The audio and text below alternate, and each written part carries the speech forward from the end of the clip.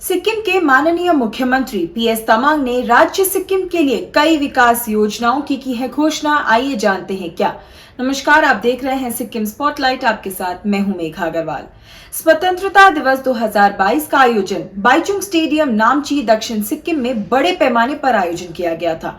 सिक्किम वासियों को लाभ पहुंचे, इसी उद्देश्य से स्वतंत्रता दिवस के अवसर पर विभिन्न योजनाओं और नीतियों की घोषणा की गई थी। मुख्यमंत्री प्रेम सिंह तमांग ने सिक्किम आमा सशक्तिकरण योजना, मुख्यमंत्री वात्सल्य योजना, Segway electric scooter, restricted area permit और प्रोटेक्टेड एरिया परमिट के लिए ऑनलाइन परमिट सिस्टम का शुभारंभ किया।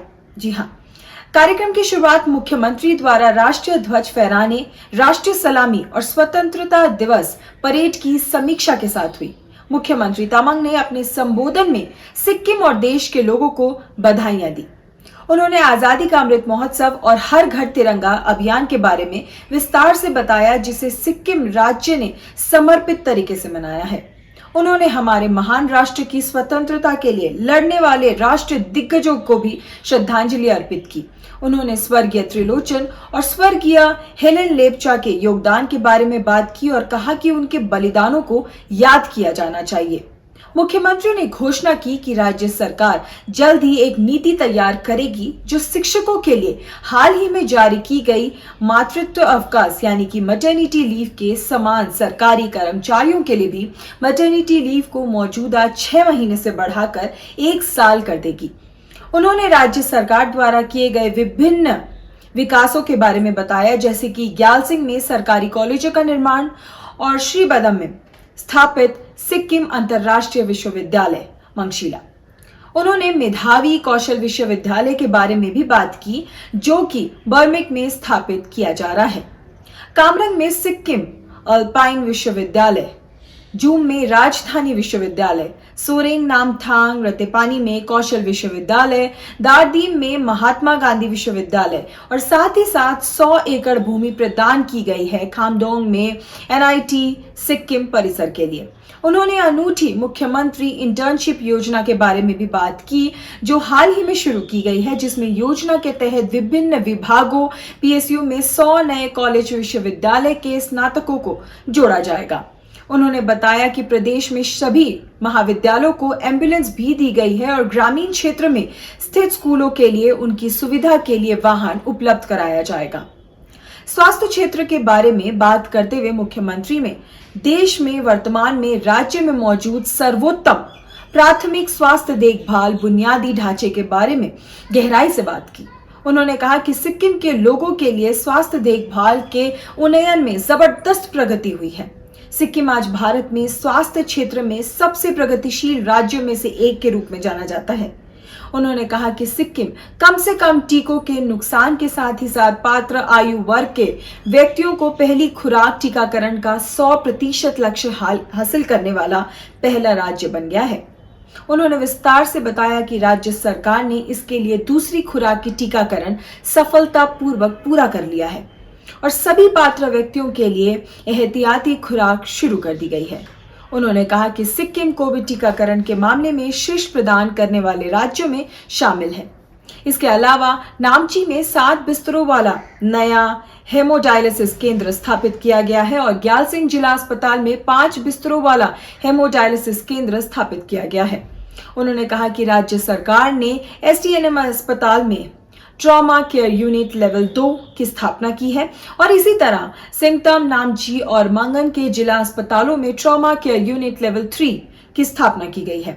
पुराने एसटीएनएम कॉम्प्लेक्स और रानीपुल में नए शहरी प्राथमिक स्वास्थ्य केंद्र स्थापित किए गए हैं, जबकि जिला अस्पताल ग्यालसिंग में 10 बेड का आईसीयू और 50 बेड की टीबी अस्पताल स्थापित किया गया है। इसके अलावा सिंगतम, ग्यालसिंग और मंगन के जिला अस्पतालों में नए ब्लड बैंक भी स्थापित किए गए हैं। पर्यटन के क्षेत्र की अगर हम बात करें तो मुख्यमंत्री ने कहा है कि किसी भी अर्थव्यवस्था और पर्यटन के विकास के लिए इंफ्रास्ट्रक्चर सही तरीके से प्लेसमेंट का होना रीढ़ की हड्डी माना जाता है। राज्य सरकार ने पिछले 3 वर्षों में पर्यटक रुचि के स्थानों पर कई नवीन पर्यटन बुनियादी ढांचे के निर्माण में सबसे सक्रिय निर्णय लिया है। मुख्यमंत्री ने कहा कि सर्वश्रेष्ठ नगर पंचायतों, नगर परिषदों और नगर निगमों को प्रथम, द्वितीय और तृतीय स्थान प्राप्त करने वालों को क्रमशः 10 लाख, 7 लाख और 5 लाख रुपए का पुरस्कार दिया जाएगा और इसी प्रकार श्रेष्ठ ग्राम पंचायतों को प्रथम, द्वितीय और तृतीय स्थान प्राप्त करने वालों को क्रमशः 5 लाख, 3 लाख और 2 लाख रुपए दिए जाएंगे। मुख्यमंत्री ने राज्य सरकार की विभिन्न कल्याणकारी पहलों की रूपरेखा तैयार की और सिक्किम आम आशा शक्तिकरण योजना नाम की कई परियोजनाओं और भी कई तरह के स्कीम्स का शुभारंभ किया और 7 लाभार्थियों को चेक भी प्रदान किए। इस योजना को लागू करने का नोडल विभाग महिला एवं बाल विकास विभाग है और यह एक बार की वित्तीय सहायता प्रदान करने के लिए एक कल्याणकारी योजना है। 18 से 59 वर्ष की आयु के बीच गैर कामकाजी, अविवाहित, विधवा, तलाकशुदा या अलग हो चुकी माताओं को 20,000 रुपए। हालांकि पॉस्को बलात्कारी पीड़ितों से संबंधित कुछ विशेष मामलों में आयु सीमा पर पुनर्विचार करना पड़ सकता है और मामले के आधार पर निर्णय लेना होगा। मुख्यमंत्री ने प्रतिबंधित क्षेत्र परमिट और संरक्षित क्षेत्र परमिट के लिए ऑनलाइन परमिट प्रणाली का भी शुभारंभ किया। सिक्किम के भीतर प्रतिबंधित और जितने भी संरक्षित क्षेत्रों में जाने के लिए परमिट की आवश्यकता होती ही है, जो सिक्किम पुलिस की चेकपोस्ट शाखा द्वारा जारी किया जा रहा है।